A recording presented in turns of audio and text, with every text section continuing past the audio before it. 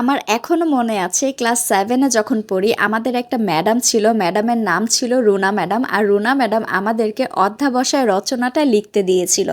আর আমরা তখন অধ্যাবসায় সম্পর্কে কিছুই কোনো ধারণাই রাখিনি, মানে আমরা অধ্যাবসায় সম্পর্কে তখন কিছুই জানতাম না। আর খাতায় যা লিখে দিয়ে এসেছিলাম, মানে এখনো মনে পড়লে হাসি আসে, কিন্তু আসলে আমরা অনেকেই জানি না অধ্যাবসায় মানে কি।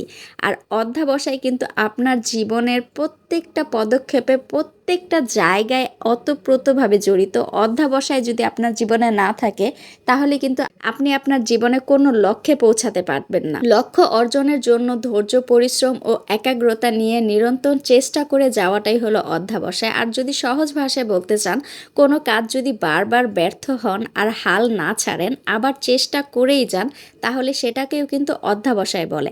আর ফেসবুকের এই প্ল্যাটফর্মে এসে আপনাকে সবচেয়ে বেশি এই জিনিসটাই মাথায় রাখতে হবে, সেটা অধ্যাবসায়। অধ্যাবসায় ছাড়া কিন্তু আপনি কখনো এই প্ল্যাটফর্মে টিকে থাকতে পারবেন না। আমরা জানি আমাদের জীবনে এরকম অনেক পরিস্থিতি আসে যেখানে আমাদের অনেক বেশি ধৈর্য ধরতে হয়, অনেক বেশি পরিশ্রম করতে হয়, এবং বারবার ব্যর্থ হলেও আমাদের ওই কাজটাকে বিশ্বাস নিয়ে চালিয়ে যেতে হয়, যাতে আমরা ভবিষ্যতে এইটা দ্বারা উপকৃত হই। আপনি যদি একজন কন্টেন্ট ক্রিয়েটর হয়ে থাকেন আর প্রথমে ভিউ না আসে আর আপনি যদি তখন হাল ছেড়ে দেন, তাহলে কিন্তু সেটা অধ্যাবসায় হলো না। আপনাকে অবশ্যই চেষ্টা চালিয়ে যেতে হবে। আর এটা মাথায় রাখতে হবে যে আপনি প্রথমেই কিন্তু অনেক অনেক বেশি ভিউ বা এঙ্গেজমেন্ট পাবেন না। আপনাকে এটা মাথায় রাখতে হবে, আপনাকে আগে একটা ধাপ পার করতে হবে। ফেসবুকে কিন্তু কেউ হুট করে এসেই সফলতা পেয়ে যায় না। আপনাকে অনেক অনেক ধাপ পেরিয়ে তারপর কিন্তু একটা পর্যায়ে আসতে হবে। আর সেই পর্যায়টাকে কিন্তু মনিটাইজেশন বলে। আর মনিটাইজেশন পাওয়ার পরে কিন্তু আপনার ইনকাম শুরু হয়ে যাবে না, এরপরেও কিন্তু আরেকটা ধাপ আছে। আপনি সেখানেও ব্যর্থ হতে পারেন, কিন্তু আপনাকে কিন্তু চেষ্টা চালিয়ে যেতে হবে।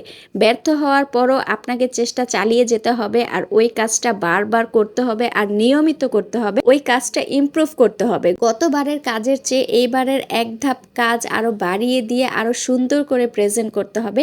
এরপরে অবশ্যই অবশ্যই আপনি সফলতার মুখ দেখবেন, এইটা একদম গ্যারান্টি দিয়ে বলতে পারি। আর আপনার জীবনে যদি কোনো অধ্যাবসায় নামক জিনিসটা না থাকে, তাহলে কিন্তু আপনি সাকসেস হতে পারবেন না।